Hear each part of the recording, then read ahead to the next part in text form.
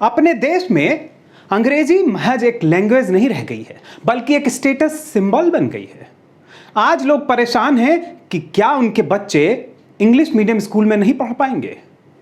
College की पढ़ाई को लेकर भी तमाम बदलाव हो रहे हैं नई शिक्षा नीति या न्यू एजुकेशन पॉलिसी की वजह से।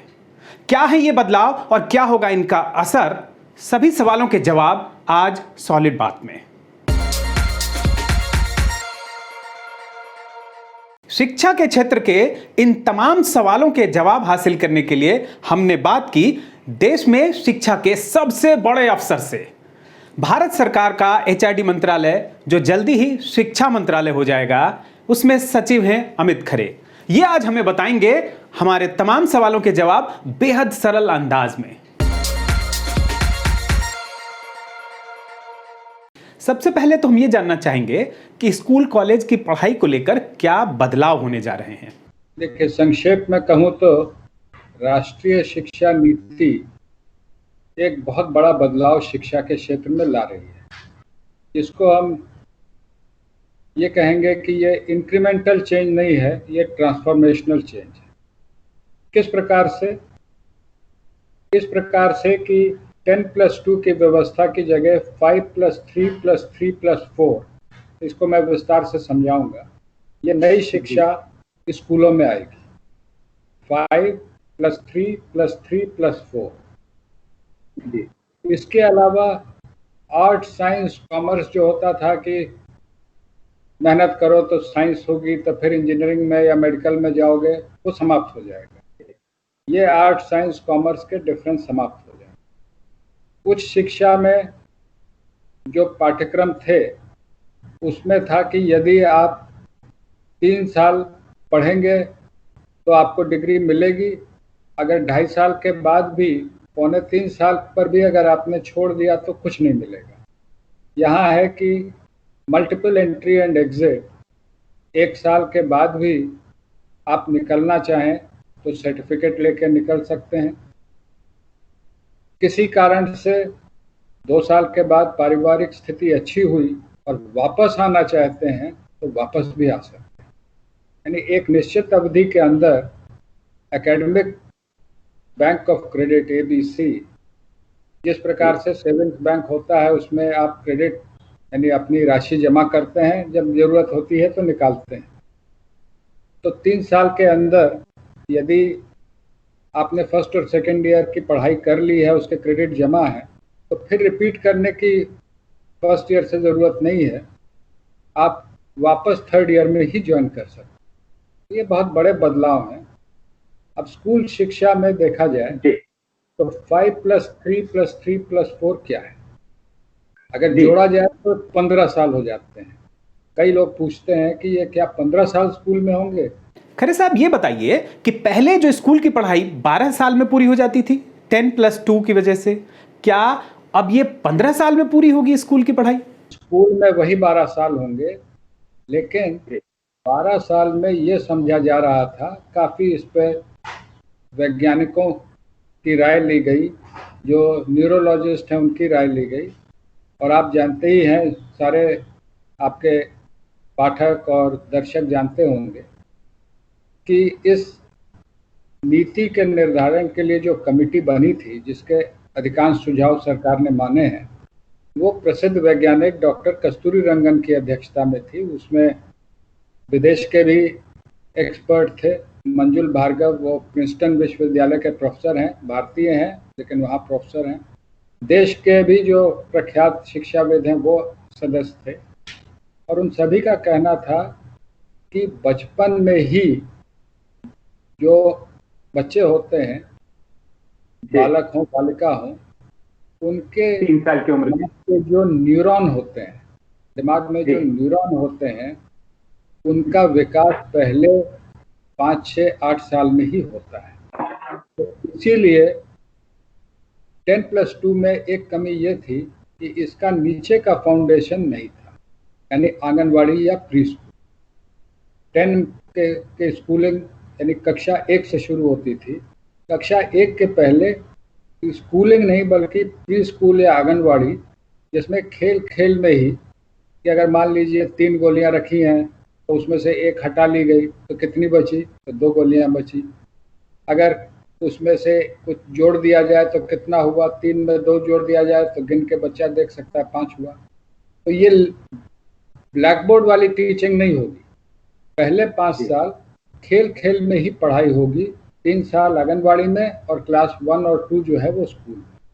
और इसी समय बच्चों को जैसे कोशिश की जाएगी कि खेल खेल में ही कोई कविता सुनाए, कोई उसको बोलने में अगर कठिनाई हो रही है तो बोल बोल करके कुछ सुनाए, तो उसका विकास जो होगा पहले 5-6 साल में। अमूमन ये होता है कि हम लोग बचपन में ध्यान नहीं देते, 8वीं या 10वीं में जा करके ट्यूशन लगाते हैं। तो लोगों का जो वैज्ञानिक है इन सब का ये कहना था कि अगर हम लोग शुरू से बच्चों के विकास पे ध्यान दें और बस्ते का बोझ नहीं बढ़ाएं, बल्कि एक्टिविटी बेस्ड लर्निंग, खेल खेल में ही पढ़ाई करें, तो बच्चे शुरू से ही विकसित होंगे। और जो ये आता है कि क्लास 5 के बच्चे तीसरी की किताब नहीं पढ़ पाते हैं, दूसरी का मैथ्स नहीं कर पाते हैं, ये दूर होगा। दूसरा जो कि महत्वपूर्ण बदलाव होगा कि राज्यों के सहयोग से कक्षा 5 तक की पढ़ाई स्थानीय भाषा या राज्य की भाषा में होगी। लेकिन सर, ये इंग्लिश मीडियम का क्या होगा? क्या अब कोई भी स्कूल इंग्लिश मीडियम में नहीं पढ़ा सकेगा? इसका अर्थ ये नहीं है कि अंग्रेजी नहीं पढ़ाई जाएगी। मीडियम ऑफ इंस्ट्रक्शन, जो पढ़ाई की भाषा है वो स्थानीय भाषा या राज्य की भाषा होगी।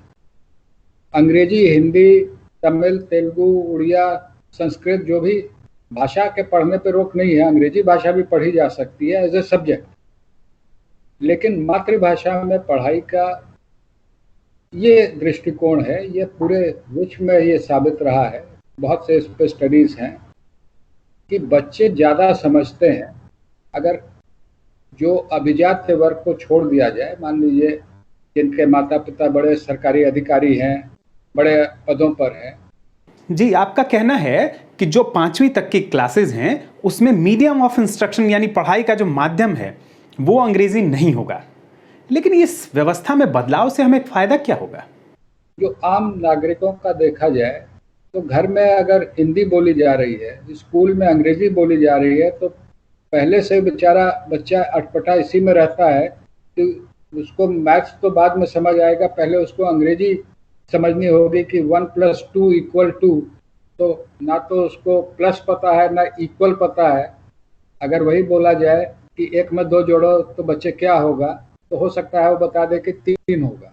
लेकिन प्लस और माइनस और इक्वल, अब उसने अंग्रेजी नहीं पढ़ी है तो ये उसको समझ में कैसे आएगा? तो इसलिए इसमें मातृभाषा का उपयोग। अब सवाल ये आता है कि कुछ इलाके हैं, कुछ राज्य हैं जहां पे एक साथ बहुत सारी भाषाएं बोली जाती हैं, इस्तेमाल की जाती हैं। ऐसे राज्यों में क्या होगा? यूपी इतना बड़ा राज्य है, उसमें कई बोलियां हैं, तो वहाँ पर एक भाषा रहेगी, हिंदी रहे, कहीं कहीं पे उर्दू रहे। तो पढ़ाई जो है उसकी भाषा भी स्थानीय भाषा कम से कम 5 तक रहेगी।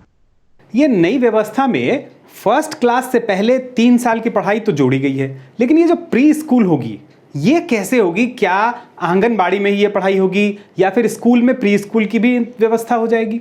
दोनों व्यवस्था चलेंगी, क्योंकि आंगनवाड़ी में सहयोग भारत सरकार देती है, लेकिन आंगनवाड़ी का संचालन राज्य सरकारें करती हैं। तो जहाँ आंगनवाड़ी है वहाँ आंगनवाड़ी में होगी, जहाँ स्कूल है वहाँ स्कूल में होगी। लेकिन पाठ्यक्रम जो पहले 5 5+3+3+4 में जो पहले 5 हैं उसमें पाठ्यक्रम कॉमन रहेगा। चाहे आंगनवाड़ी हो, यानी खेल खेल में क्या पढ़ाना है, पाठ्यक्रम का अर्थ ये नहीं है कि पाठ्य पुस्तकें होंगी और लोग फिर तीसरे साल से एग्जाम देना शुरू कर देंगे, वैसी कोई व्यवस्था नहीं होगी। लेकिन किस तरह से पढ़ाया जाना है, क्या कॉन्सेप्ट बताए जाने हैं, वो कॉमन होगा। चाहे आंगनवाड़ी हो, चाहे प्री स्कूल हो, चाहे प्राइवेट जो प्ले स्कूल होते हैं। प्ले स्कूल में भी देखने को मिलता है कि बच्चों के ऊपर एक बैग पीछे से टांग दिया जाता है और उसमें अंग्रेजी और गणित की किताबें की तैयारी हो रही है। वो सारा व्यवस्था नहीं रहेगी, खेल खेल में ही पढ़ाई। अभी तो अपने देश में ये लोग मान के चलते हैं कि इंग्लिश मीडियम स्कूल में ही पढ़ाई अच्छी होती है, इस मानसिकता को कैसे बदलेंगे? विश्व की 20 सबसे बड़ी अर्थव्यवस्था देख लीजिए, ज़्यादातर जगह स्थानीय भाषा या मातृभाषा में ही शुरू की पढ़ाई होती है। जर्मनी में जो पढ़ाई होती है वो जर्मन में होती है, अंग्रेजी में पढ़ाई नहीं होती। तो जापान में जापानीज में ही पढ़ाई शुरू होती है, अंग्रेजी में पढ़ाई नहीं शुरू होती है। तो बच्चे के विकास के लिए आगे चल कर के अंग्रेजी पढ़े हुए क्लर्क बनने से अच्छा है कि हिंदी या तमिल या तेलुगु पढ़े हुए वो स्वरोजगारी बने, क्योंकि ये भी प्रधानमंत्री जी ने कुछ देर पहले ही कहा कि ये नीति ऐसी है जिसमें लोग आगे बढ़कर स्वरोजगार या दूसरों को रोजगार देने वाले बने, एंटरप्रेन्योर बने, इनोवेटर बने, ना कि घिसी पिटी वही चीजें जो हैं जो रट के आए हैं उसी को दोहरा रहे हैं। कहीं ऐसा तो नहीं कि जो पैसे वाले लोग हैं, समृद्ध वर्ग है, वो तो अपने बच्चों को इंग्लिश मीडियम में प्राइवेट स्कूल में पढ़ा ले और जो आम लोग हैं उन्हें सरकारी स्कूल में सिर्फ हिंदी मीडियम ही मिलने लगे? नहीं, ये जो भी नीति प्राइवेट और सरकारी स्कूलों में अंतर नहीं करेगी। वो सरकारी हो या प्राइवेट हो, उसके बारे में राज्य सरकारें अपने अपने आदेश निकालेंगी कि किस जिले में, क्योंकि उत्तर भारत को से अगर थोड़ा सा नीचे चलें, जैसे झारखंड में मैं बहुत साल रहा हूँ, अब वहाँ कुछ एरिया हैं, कुछ इलाके हैं जहाँ स्थानीय भाषा संथाली होगी, कुछ इलाके हैं जहाँ हिंदी होगी, एक दो क्षेत्र ऐसे हैं जो उड़ीसा के बगल में हैं जहाँ स्थानीय भाषा उड़िया है। तो इसलिए वहाँ स्थानीय तौर पर ही नोटिफिकेशन होगा और अधिसूचना होगी कि किस भाषा में पढ़ाई। और ये बदलाव अगर अचानक से हो गए तो जो छात्र हैं उन्हें कुछ परेशानी नहीं होगी? आज भी मैं आपके माध्यम से पाठकों को बताना चाहूँगा, श्रोताओं को बताना चाहूँगा कि ये बदलाव धीरे से लाए जाएंगे, क्योंकि बच्चों की बात है, एकाएक बदलाव नहीं आएंगे। जैसे भाषा अगर अंग्रेजी मीडियम बदल रहा है तो कक्षा 1 से बदलेगा, ना कि कक्षा 5 से।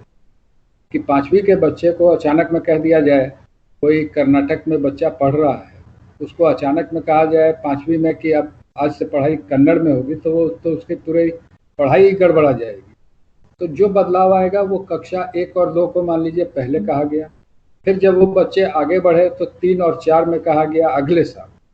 तो ये बदलाव धीरे धीरे लाया जाएगा कि बच्चे एडजस्ट करते चलें, ऐसा नहीं कि अचानक में बदलाव लाया जाए।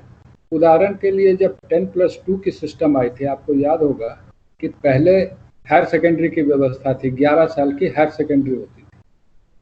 10+2 आया तो कई साल तक पुरानी व्यवस्था और नई व्यवस्था चलती रही दोनों, कि अगर हायर सेकेंडरी में कोई कंपार्टमेंट में है, कोई फेल हो गया है तो उसका क्या होगा? अगर किसी राज्य ने जोर दिया कि वो अपने यहाँ तो इंग्लिश मीडियम में ही पढ़ाना चाहते हैं, ऐसे में क्या होगा?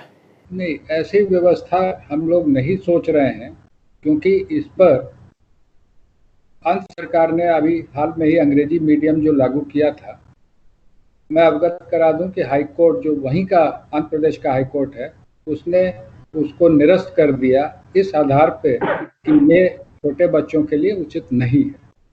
तो स्थानीय भाषा में ही पढ़ाई होनी चाहिए। सवाल उठता है कि किस दृष्टिकोण से, किस मानसिकता से हम उसको लेते हैं। एक मानसिकता जो आपने कही वो निश्चित रूप से सब जगह पूरे देश में है कि जो महंगा है वो अच्छा है।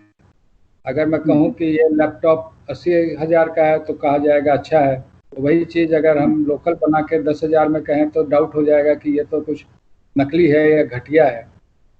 ये व्यवस्था जो है वो सामान्य रूप से दोनों पे रहेगी।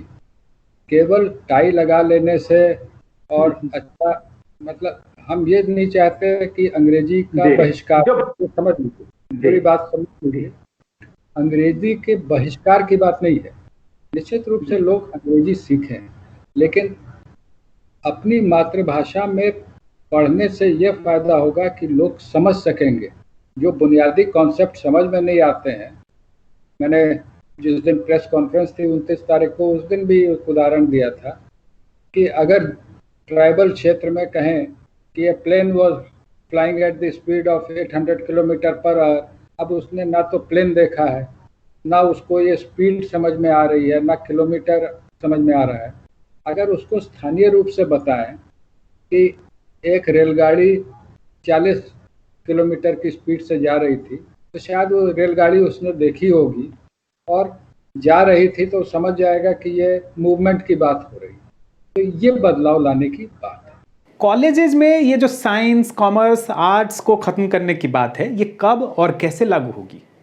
जो आर्ट साइंस कॉमर्स होता था कि 10वीं में मार्क्स लाओ नहीं तो साइंस नहीं मिलेगी, या जो साइंस में चला गया और बाद में वो उसका मन हो रहा है कि हिस्ट्री पढ़ी जाए, अब उसको भी दिक्कत है, क्योंकि कई बार 10वीं में हम निर्णय नहीं लेते हैं, बल्कि निर्णय अभिभावक लेने लगते हैं, क्योंकि उनके मन में है कि बच्चा इंजीनियर बने या डॉक्टर बने, जबकि बच्चे का मन हो सकता है कुछ और हो। तो ये व्यवस्था भी रहेगी कि आर्ट साइंस कॉमर्स नहीं होकर के बच्चे अपने मन से सब्जेक्ट ले सकें। ये व्यवस्था पॉलिसी में तो कर दी गई है, लेकिन वास्तव में इंप्लीमेंट कब होगी, कितने साल बाद होगी, अगर ये आप बताएं। हम लोगों का प्रस्ताव ये है, 20 इंस्टीट्यूशन ऑफ एक्सेलेंस पूर्व से ही घोषित हैं। 10 उसमें से केंद्र सरकार या राज्य सरकार के हैं, 2 राज्य सरकार के हैं, 8 केंद्र सरकार के हैं और 10 प्राइवेट सेक्टर के। उदाहरण के लिए राजस्थान में ही बिट्स पिलानी उसमें सम्मिलित है। अब बिट्स पिलानी को ये सुविधा रहेगी कि वो 2021 से मॉड्यूलर कोर्सेज बनाए। उस कोर्स में जैसे फिजिक्स का कोर्स लिया, साथ में मैथ्स के 2 कोर्स लिए, एक कोर्स म्यूजिक का लेना चाहता था तो वो लिया। तो बड़ी जो मल्टीडिसिप्लिनरी यूनिवर्सिटीज़ हैं, जैसे IOEs बुक है, उसमें ये व्यवस्था शुरू हो जाएगी 2021 से। 2021-22 के सत्र में जो जाएंगे उसमें ये व्यवस्था लागू हो जाएगी। उसके बाद उसके बाद हम लोग केंद्रीय विश्वविद्यालयों में और फिर जो राज्य विश्वविद्यालय, क्योंकि देखिए देश बहुत बड़ा है और देश की परिस्थितियां भी बहुत भिन्न हैं। अगर कोई व्यक्ति कोई बीच में पढ़ाई छोड़ता है तो उसे वापस उसी यूनिवर्सिटी में ही ज्वाइन करना होगा, या फिर वो किसी भी यूनिवर्सिटी में देश में ज्वाइन कर सकता है? तो इसमें 2 चरण में होगा। पहला चरण है कि अपने ही विश्वविद्यालय के अंदर मैं छोड़ के गया, फिर 3 साल में आना चाहता हूं तो वापस आ गया। क्या समस्या भी आपको बता दूं, चैलेंज जो है, चुनौती, कि अलग अलग विश्वविद्यालय में अभी क्रेडिट की अलग अलग व्यवस्था है, यहाँ तक कि अलग अलग IIT में भी अलग अलग व्यवस्था है। तो वर्तमान में लागू किया जाएगा एक ही संस्थान के अंतर्गत, लेकिन धीरे धीरे 2-3 साल में ये प्रयास होगा कि क्रेडिट भी समान रूप से लागू हो जाए। तो जब IIT दिल्ली का क्रेडिट और मद्रास का क्रेडिट, या IIT जोधपुर का क्रेडिट और बिट्स पिलानी का क्रेडिट जब वो बराबरी पे आ जाएंगे, तब फिर एक से दूसरे में जाने की भी सुविधा हो जाएगी। जैसे एक उदाहरण अगर आपको दूं जो कि बहुत आसानी से समझा जा सकता है, कि जब मोबाइल फ़ोन आए थे तो हम लोगों के पास फ़ोन नंबर होता था एक ऑपरेटर का। अब इंटरऑपरेबिलिटी हो गई है कि नंबर वही रहता है, ऑपरेटर बदल जाता है। तो आपका अकाउंट नंबर जो है क्रेडिट बैंक का, वो तो वही रहेगा।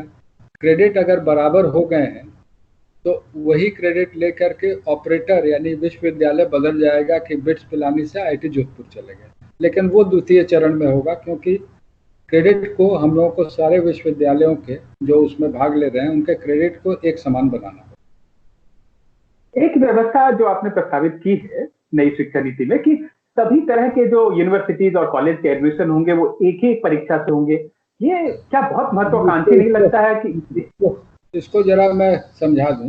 जी ये बिल्कुल स्पष्ट होना चाहिए।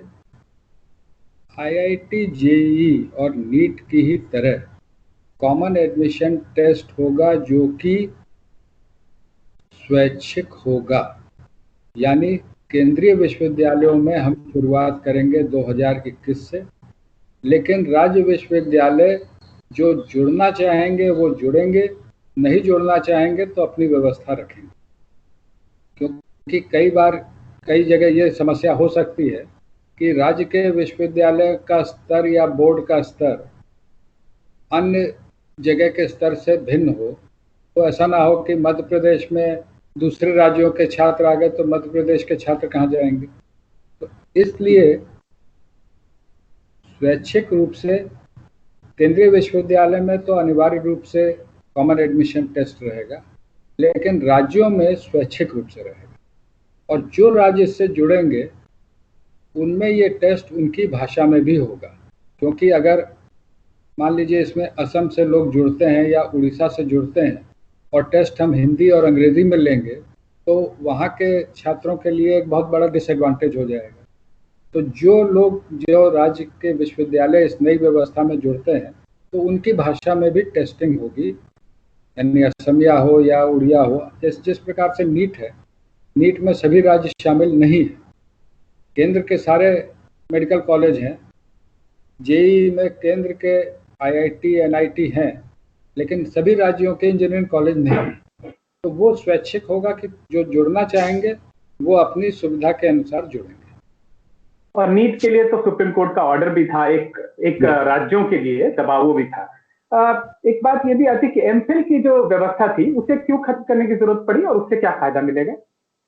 देखिए, इसमें दो तीन चीजें। एक तो जो एमफिल में वर्तमान के छात्र हैं उनके लिए मैं जानकारी दे दूं कि एकाएक व्यवस्था, जो मैंने कहा एकाएक कोई व्यवस्था समाप्त नहीं हो रही है।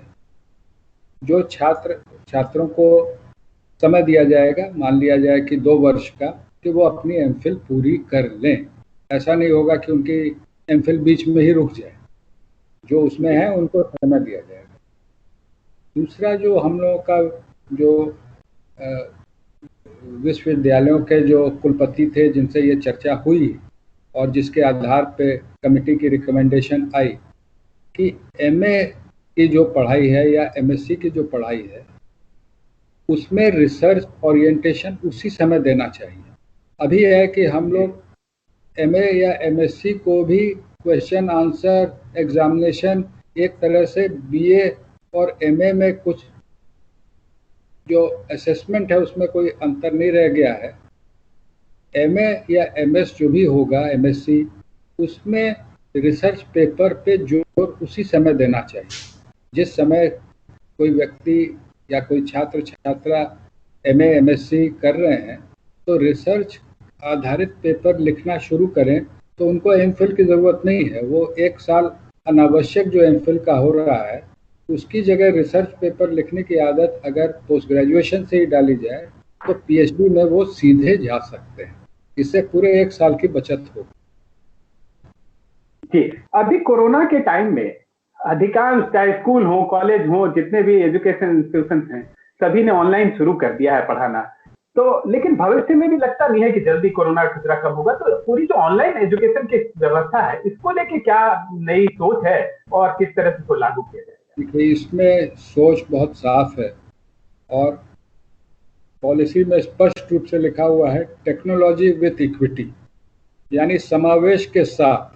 क्योंकि एक बात जो टेक्नोलॉजी में उठती है कि कुछ लोगों के पास टेक्नोलॉजी है, लैपटॉप है, मोबाइल है, स्मार्टफोन है, कुछ के पास नहीं है। जिनके पास नहीं है उनका क्या होगा? कहीं वो पढ़ाई में पिछड़ तो नहीं जाएंगे। इसलिए जो पॉलिसी बनी है उसमें स्पष्ट रूप से लिखा गया है कि टेक्नोलॉजी लागू करते समय इक्विटी का भी ध्यान रखा जाएगा कि कोई भी छात्र छात्रा इस कारण पीछे ना हो जाए कि उसके पास साधन नहीं थे। अब टेक्नोलॉजी के यूज़ के लिए भी उसमें नेशनल एजुकेशन टेक्नोलॉजी फोरम के गठन की बात की गई है, जो मुझे उम्मीद है कि 2020 में ही जो हम लोगों ने पॉलिसी का इम्प्लीमेंटेशन सोच लिया, इसी वर्ष में वो गठित हो जाएगी। जी, तो अधिकांश जो लोगों के मन में कंफ्यूजन रहे होंगे, मुझे लगता है कि उसका बहुत ही सरल तरीके से और लोगों को एकदम समझ में आ जाए उस तरह से आपने बताया है।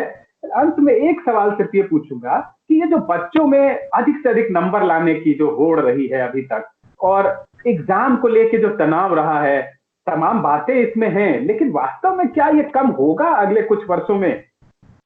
ये अगले कुछ वर्षों में होगा और ऐसे होगा कि नीति में भी, और स्वयं जब नीति बन रही थी तो माननीय प्रधानमंत्री जी ने भी कहा था कि ये रिपोर्ट कार्ड जो है वो प्रोग्रेस कार्ड में परिवर्तित हो जाएगा। यानी क्या परिवर्तन है कि हम ग्रेड वाइज बच्चों को बता रहे हैं कि उनमें क्या टैलेंट है। अमूमन विश्वास यही है कि हर एक में कुछ ना कुछ टैलेंट है। हो सकता है फिजिक्स केमिस्ट्री में उसको कम आया हो, हिस्ट्री में कम आया हो, लेकिन क्रिकेट में अच्छा हो कोई। लेकिन वो टैलेंट हमारा आज का जो कार्ड है, रिपोर्ट कार्ड जो हम कहते हैं, उसमें ये कहीं नहीं रहता कि ये क्रिकेट खेलने में बहुत अच्छा था, या जो अन्य गतिविधियां हैं उसमें ये बहुत अच्छा था। और हम लोग केवल मार्क्स पे चल रहे हैं। और मार्क्स आधारित जो ये व्यवस्था है, ये एक रिपोर्ट कार्ड की जगह प्रोग्रेस कार्ड, और विश्वविद्यालयों में मतलब ये जो सारा जिसको एक शब्द है, अगर कहा जाए पूर्वी भारत में ये ज़्यादा इस्तेमाल होता है, ये जो मार्क्स की मारामारी है कि उसको कितना है तो 99 है, तो इनको कितना है तो 99.5 है। ये इसलिए नहीं होगा कि कॉमन एडमिशन टेस्ट है। अपनी रुचि के हिसाब से मार्क्स के लिए लोग इसलिए मर रहे हैं कि उसी के अनुसार एडमिशन हो रहे हैं। तो हर स्टेज पे लोगों को लगता है कि मैं ज़्यादा से ज़्यादा मार्क्स ले आऊँ, चाहे उसकी रुचि हो या ना हो। रुचि फिल्म बनाने की है, रुचि पत्रकारिता में जाने के लिए है, उसके लिए मैथ्स के मार्क्स की कोई ज़रूरत नहीं है। तो एक बदलाव ये भी है इस पॉलिसी में कि अलग अलग सब्जेक्ट आएंगे। इसका अभी समय लगेगा। राष्ट्रीय करिकुलम फ्रेमवर्क जो बन रहा है, इसमें लिखा है कि आगे बनाया जाएगा। जैसे मैथ्स ए और मैथ्स बी, अगर आपको पत्रकारिता में जाने का शौक है, फिल्म में जाने का शौक है, तो आप मैथ्स ए लेकर के न तो आपको कोई फायदा है, न शिक्षक के रूप में मुझे कुछ पढ़ाने में आनंद आ रहा है। तो आप मैथ्स बी ले सकते हैं, जिसमें जो साधारण मैथ्स है, जो आपको आम जीवन के लिए है। तो इस बातचीत में हमने समझा कि देश में नई एजुकेशन पॉलिसी लागू होने के बाद स्कूल, कॉलेज और यूनिवर्सिटीज की जो पढ़ाई है उसमें कैसे बदलाव आएंगे। साथ ही खरे साहब ने यह भी बताया कि ये बदलाव किस तरह से कितने समय में लागू होंगे। इसमें से कुछ ऐसे बदलाव भी हैं जिसके लिए सरकार को काफी प्रयास करने होंगे और असली चुनौती यही है। इस बातचीत के लिए खरे साहब आपका बहुत बहुत धन्यवाद, और ये कार्यक्रम देखने के लिए आप सबका भी बहुत बहुत धन्यवाद।